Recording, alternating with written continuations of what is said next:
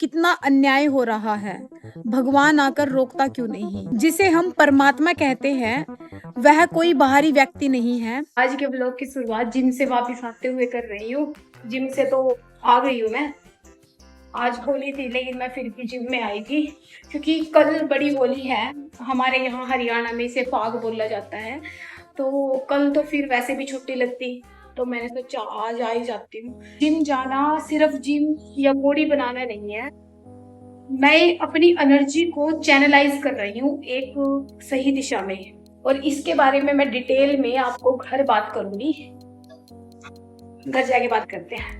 मैं जिम से अभी घर आई हूँ अपनी छत पे, और मैं आज आपसे एक टॉपिक के बारे में डिस्कस करना चाहती हूँ। हम अक्सर कहते हैं कि समाज में कितना अन्याय हो रहा है, भगवान आकर रोकता क्यों नहीं। दरअसल हम भगवान को अपने से बाहरी रूप में देख रहे हैं। हम भगवान को अपने से बाहर किसी इंसान के रूप में देखते हैं, लेकिन सच तो ये है जिसे हम परमात्मा कहते हैं वह कोई बाहरी व्यक्ति नहीं है, बल्कि एक अनंत चेतना है जिसका अंश मेरे, आपके, हम सब के भीतर है।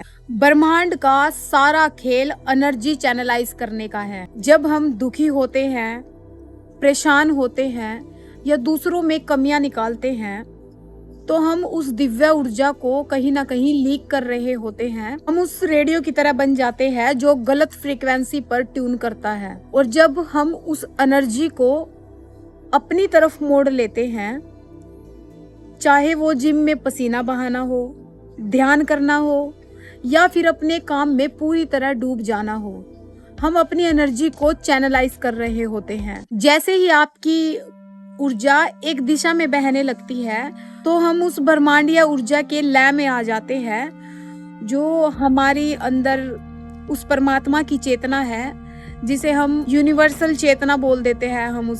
हम उसके साथ एक हो जाते हैं। जब हम एक दिशा में काम करते हैं, हम अपनी एनर्जी को चैनलाइज करते हैं। भगवान बाहर से नहीं आएंगे, वो आपके भीतर से प्रकट होंगे जब आप अपनी ऊर्जा को सही दिशा में चैनलाइज करेंगे।